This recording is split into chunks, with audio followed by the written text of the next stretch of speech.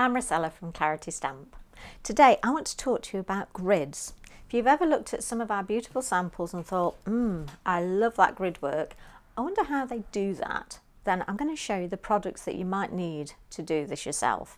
So grids, they come in a variety of shapes and sizes. So what we've got here at Clarity is we've got our A5 square grids. So these grids are going to fit within your starter kit plate mate. We've also then got border grids. This is a straight border grid. We've also got patterned border grids, and these are going to fit within your border plate mate.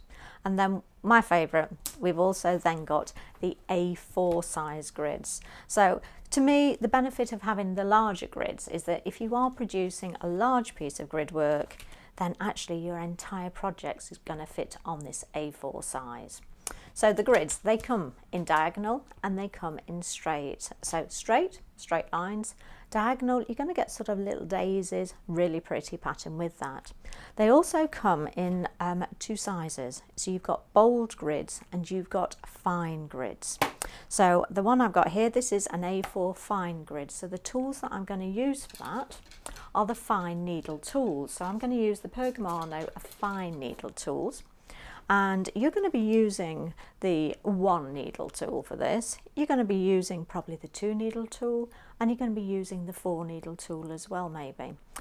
The benefit of using the 2 and the 4 needle tools are that actually you're then going to perforate 2 and 4 needles all at once. Now you'll see a video from me very soon on grid templates, and I'll use the 4 needle tools because then you are perforating 4 holes at once, which means that A, it's 4 times as quick, but also it means that it's then you're less likely to make the mistake. So you're going to be able to perforate 4 holes at once. So great tool. Most of your grid work you'll find is actually on a straight grid is made up of 4 hole combinations, so that's really useful.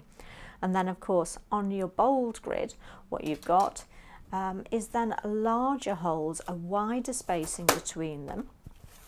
Again, you're going to use maybe the 1, 2 and 4 needle bold tools for that as well, and again you're going to be able to perforate those 4 holes all at once. Now let me just show you the difference in size and a finished piece between a bold and a fine grid as well. Let's pop those to the side. So this is exactly the same grid pattern. This one has been performed on a bold grid.